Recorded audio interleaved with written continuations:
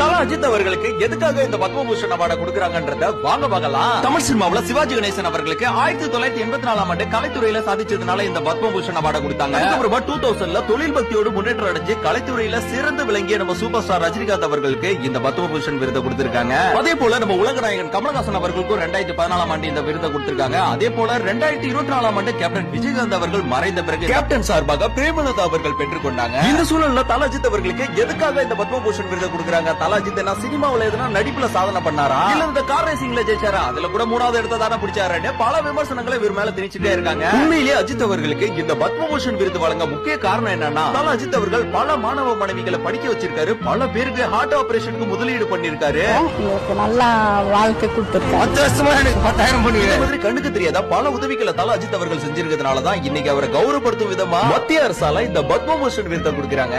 கிட்டத்தட்ட எப்படி பார்த்தாலும் ஒரு 5000 பேருக்கு இந்த பெண் ஆபரேஷன் காசு கொடுத்து ஹெல்ப் பண்ணியிருக்காரு சார். யாருக்கும் வெளியவும் தெரியாது. இது இப்படியே யாரோ தெரிகிற மாதிரியே செய்யல. கூட இருக்கிறவங்க நாம பாத்துக்கிட்டா நமக்கு மேல இருக்கிறவங்க நம்மள பாத்துக்கோ.